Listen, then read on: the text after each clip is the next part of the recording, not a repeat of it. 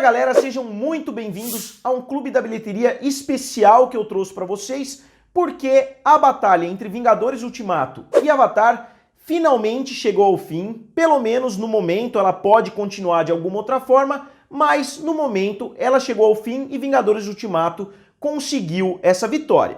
Mas a batalha pela inflação começou porque muitas pessoas começaram a usar a inflação como argumento. Na verdade, não é a primeira vez que isso acontece, mas ela voltou com força total e por isso eu decidi fazer um vídeo a respeito do maior fenômeno nos cinemas de todos os tempos, pelo menos se a gente analisar por essa ótica da inflação, que é o filme E o Vento Levou. Então, vamos lá.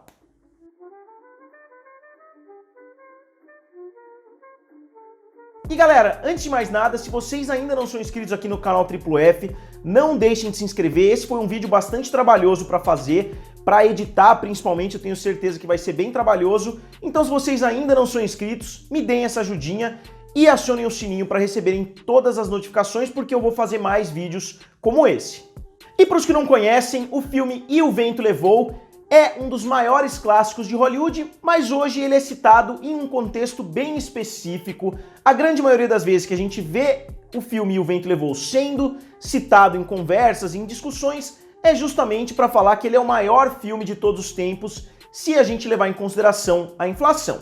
Mas vamos analisar em partes. O filme foi lançado em 1939, mas muitas pessoas não sabem que esse filme, na verdade, não é original. Ele é baseado em um livro de 1936, da autora Margaret Mitchell. Como vocês podem ver aqui, eu tenho uma edição de E o Vento Levou de 1940, um ano depois que o filme foi lançado. É uma edição muito antiga, eu vou tirar algumas fotos para vocês verem, porque eu tenho até medo de abrir aqui para vocês, porque o livro tá literalmente caindo aos pedaços. Para vocês terem uma ideia, eu vi uma edição de 1952, ou seja, uma edição 12 anos depois dessa, e estava sendo vendido por R$800, então é um livro realmente bem legal, que pertencia à minha avó. Então esse livro faz hoje parte da minha coleção. Eu ainda não tive coragem de ler ele especificamente, porque, como eu disse, o livro tá literalmente virando poeira. E a Margaret Mitchell, na verdade, não era nem uma escritora, ela era uma jornalista em Atlanta, e ela lia tanto, ela devorava tantos livros, que o marido dela falou: pô, já que você lê tantos livros, por que você não escreve o seu próprio? E ela decidiu escrever o livro Gone with the Wind, né, que é o título original de E o Vento Levou, e ela ganhou inclusive um Pulitzer, ela ganhou vários prêmios, e o livro, assim como o filme, se tornou um grande fenômeno, e ele vendeu dezenas de milhões de cópias na década de 40. A autora Margaret Mitchell, infelizmente, faleceu, foi atropelada por um automóvel com somente 48 anos de idade, e ela foi atropelada por um motorista alcoolizado. E o filme O Vento Levou foi a única obra que ela lançou em vida. E como eu disse, o livro foi um enorme sucesso e, como acontece até hoje, os estúdios acordaram e abriram os olhos e ficaram de olho para ver o que ia acontecer com esse livro. Mas a história do livro era muito complexa, era uma história muito épica, muito grandiosa, então muitos estúdios não quiseram colocar a mão porque seria um livro muito difícil de ser adaptado para o cinema. E a gente vê isso até hoje. Muitos livros excelentes, muitos estúdios julgam que não podem ser adaptados, que não podem ser traduzidos para o cinema. E então, tanto a MGM, quanto a Fox, quanto a Warner não demonstraram tanto interesse assim, principalmente pelo orçamento altíssimo que um filme como esse exigiria, mas o Dave O. Selznick, que tinha trabalhado para MGM, teve muito interesse no filme, mas decidiu não comprar os direitos também. Ele só decidiu comprar quando alguns assessores, quando o braço direito dele decidiu bater o pé e falou que não, que o filme seria de fato um grande sucesso. Então o David O. Selznick, que é um produtor, decidiu comprar os direitos do livro. E o Selznick tinha o próprio estúdio, a Selznick International Pictures, e ele decidiu lançar o filme através dessa bandeira. E pelos direitos desse grande sucesso desse livro, que viria a se tornar o maior filme de todos os tempos, ele pagou somente $50 mil, que na época era sim um valor muito maior do que é hoje, mas se a gente considerar o que o filme conseguiu fazer nas próximas décadas, foi sim um valor bem baixo. E para continuar, eu preciso explicar uma coisa rapidamente para vocês. Antigamente, os estúdios tinham contratos muito fortes com os atores. A Warner tinha os seus atores, a Fox tinha os seus atores e assim por diante. Era quase como se um jogador de futebol jogando num time. Ele não poderia atuar por outro estúdio. Hoje a gente vê que mudou completamente, mas os contratos eram muito mais fortes entre ator e estúdio na época. E eu preciso explicar isso só para vocês entenderem o próximo passo na produção do filme.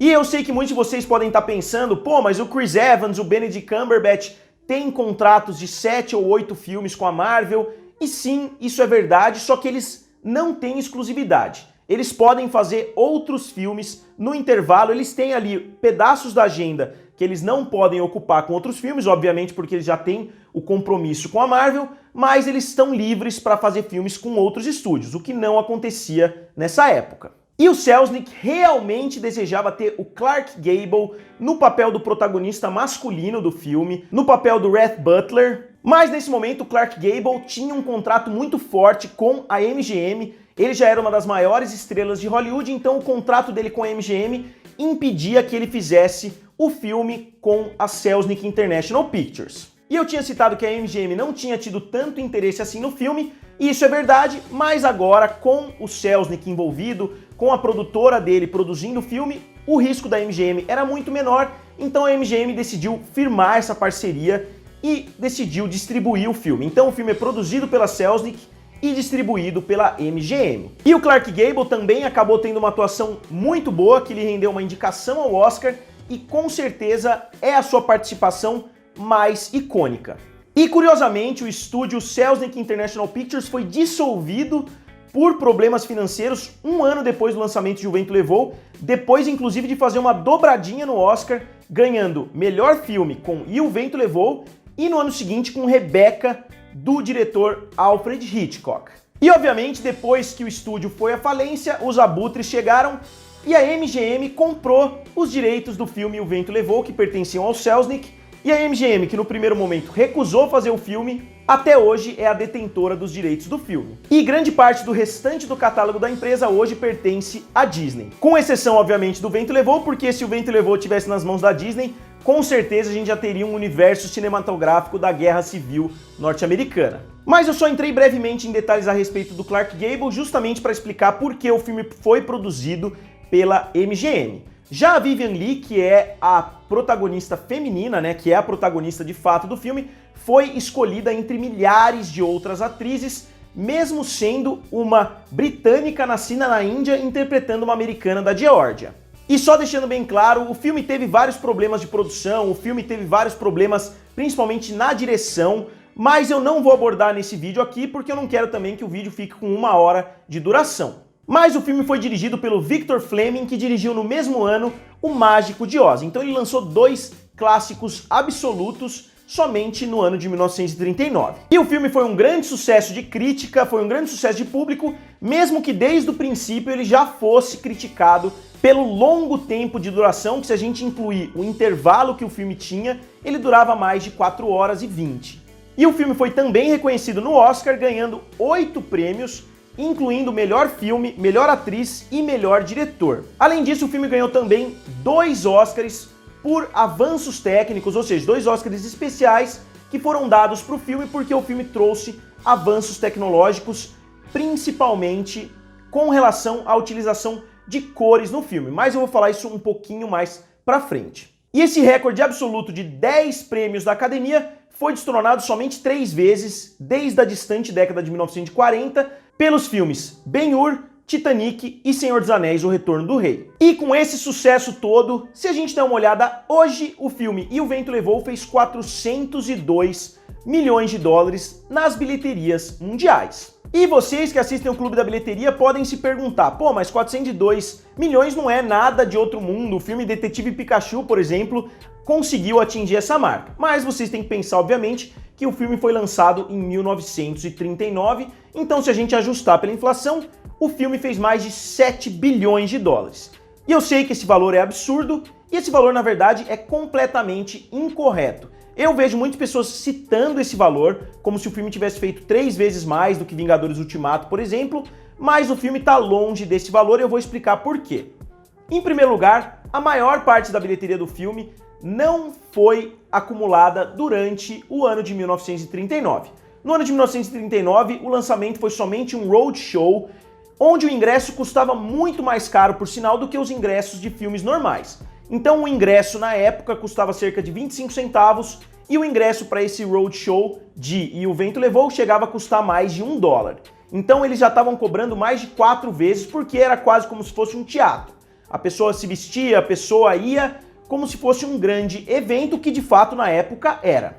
Então esse é o primeiro fator para anular completamente o argumento que muitas pessoas mais desinformadas usam a respeito da inflação. Muitas pessoas entram na internet, olham lá, pô, O Vento Levou fez 402 milhões de dólares em 1939, aí entra numa calculadora online, põe lá 1939, 402 e dá 7 bilhões de dólares. Então isso está longe de ser verdade, como eu falei, e eu vou explicar um pouquinho mais a fundo. E eu já quero frisar desde já que eu não vou abordar individualmente cada um dos relançamentos do filme, porque foram vários e a gente não tem certeza se as informações são de confiança, porque não existiam empresas que faziam a fiscalização desses números. Os números eram dados pelos estúdios, para os jornais e para as revistas, e eles publicavam. Então, todas as notícias que a gente tem a respeito desse período são de notícias, são de revistas, são notícias da Variety, por exemplo. Então a gente não sabe exatamente qual é a veracidade desses valores. E o filme foi lançado, como eu disse, originalmente em 1939,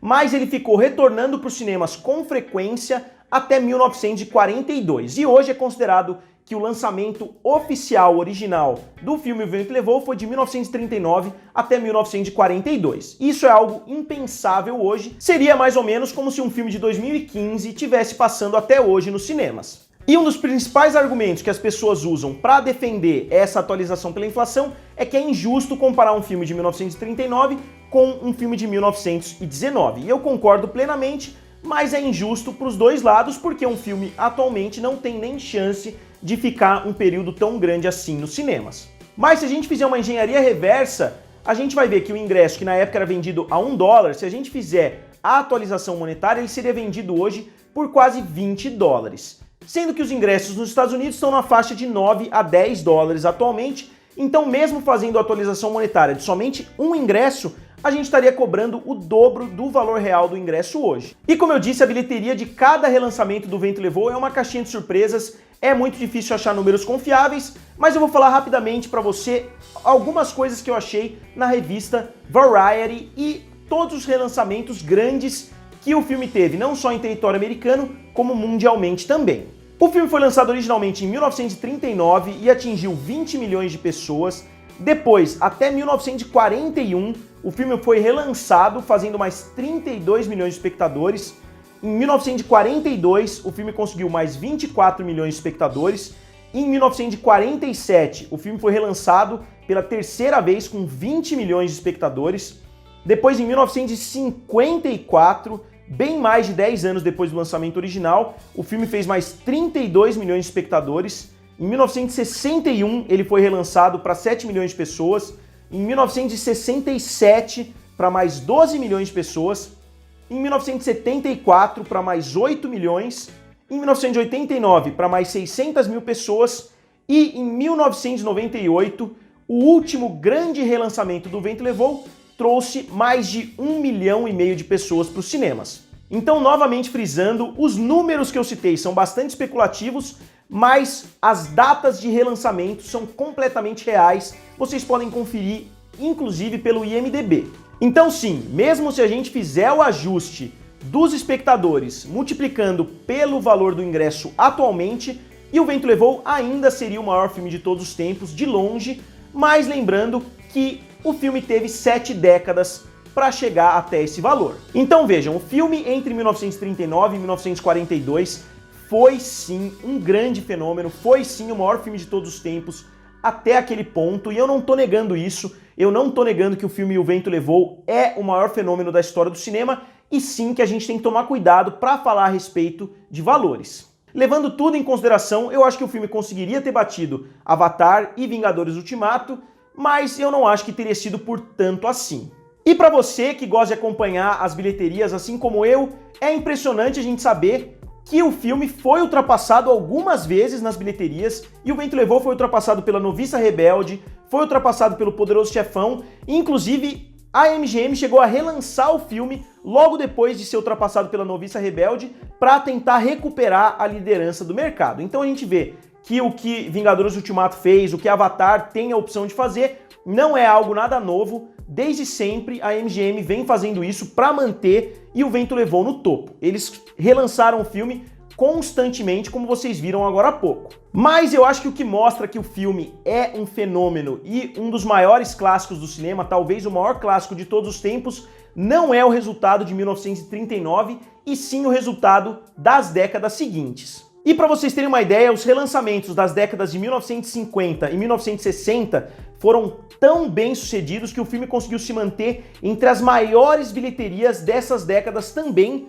além, obviamente, de ter dominado completamente a década de 40. Então o filme não só foi o filme mais bem sucedido da década de 40, como foi também um dos mais bem sucedidos da década de 50 e 60. E para mim, o dado mais impressionante que a gente pode citar a respeito de O Vento Levou é que o filme foi o terceiro colocado nas bilheterias de 1967, atrás somente do filme A Primeira Noite de um Homem e O Livro da Selva, da Disney. E para vocês terem uma ideia de como esse número é impressionante, seria a mesma coisa que relançarem o filme O Exterminador do Futuro 2 e o filme ficar na terceira posição, atrás somente de Vingadores Ultimato e Capitã Marvel. Então é realmente muito impressionante como o filme E o Vento Levou não só conseguiu manter a relevância décadas depois do seu lançamento original, como também conseguiu se manter como um dos maiores fenômenos. A cada relançamento ele conseguia se tornar um dos maiores filmes daquele ano. E um fato bem curioso de notar é que na época que O Vento Levou foi lançado,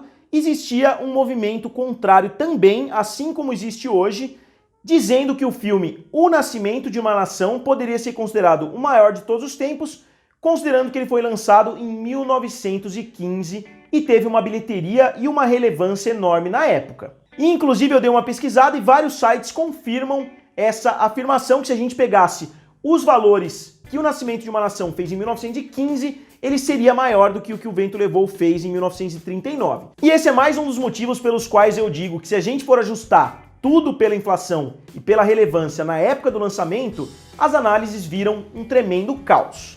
E obviamente eu não vou falar nada a respeito do filme Nascimento de uma Nação, que aborda temas absurdos, né? Aborda temas como escravidão, por exemplo, de uma forma completamente errada. Eu só tô falando a respeito da relevância dos filmes no momento do lançamento. E agora eu quero responder para vocês a pergunta: por que o filme foi relançado tantas vezes? E como esses relançamentos foram tão bem sucedidos?